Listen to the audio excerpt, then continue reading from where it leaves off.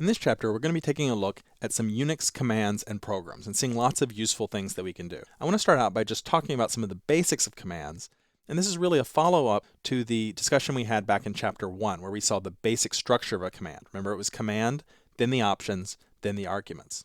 Well, I want to go a little bit deeper here and take a closer look at commands. Let's start out with just the simplest command that we've seen so far, echo. So echo hello world just echoes back that string to us, right? That's a classic command. Now, a command is actually a program. It's not a big program like Photoshop or Excel, but it is still a program. We typically just call it a command. The other thing you need to know is that commands are not somehow magic. They're just files that you're executing. That's all they are. They're files that are executable, and when we execute them, they do the business of the command. You'll remember when we talked about where files are located in the Unix file system? I told you that /bin is a place where we store a lot of these files, and that's where echo is. So /bin/echo is where the file is located, and all we're doing is executing it. And to execute a file, you just type the file name. That's it. That's all there is to executing a file, and then we'll pass in the argument, hello world. So when we type echo, it's just a shortcut for saying, go to /bin/echo and run that file with these arguments. And so commands are essentially a shorthand for going to these files and executing them. We'll talk a bit more about how it knows where to find these in the next movie. For now, let's look at where is. Where is will tell you where that file is located, or you can use which will also tell you where it's located. We can also use what is to tell us some simple information about the command. If we do it for echo, we'll get about a page of information as it tries to find everything that references echo. I'm going to instead show you with banner, just so you can see a nice simple one-line listing. So the banner tells us, what it does, it prints a large banner on a printer. There are a few other helpful things to know about working with commands.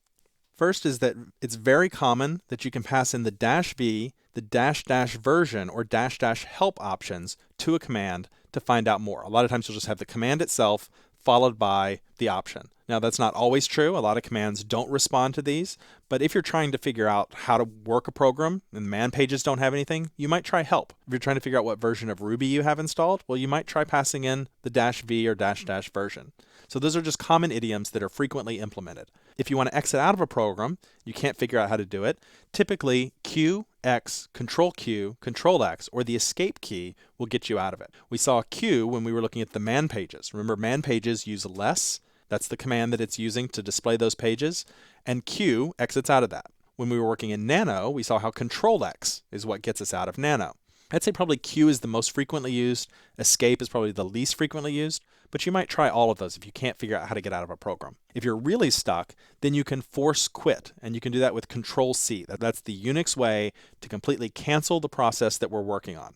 So Control-C will just tell Unix, hey, stop what you're doing. We also can close the window, the terminal window on a Mac, but be advised that if you do that, the process may keep running. You haven't told Unix to quit it.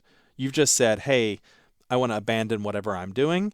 The process will keep running. When it finishes, it'll just stop at that point, but it doesn't actually stop the process itself. Control-C is what does that. So be advised about that difference.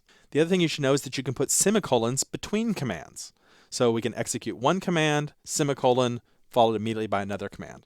That can be really useful if we're trying to do two things really fast. Let's say we want to move a log file to a different name, and then we want to create an empty log file back in its place.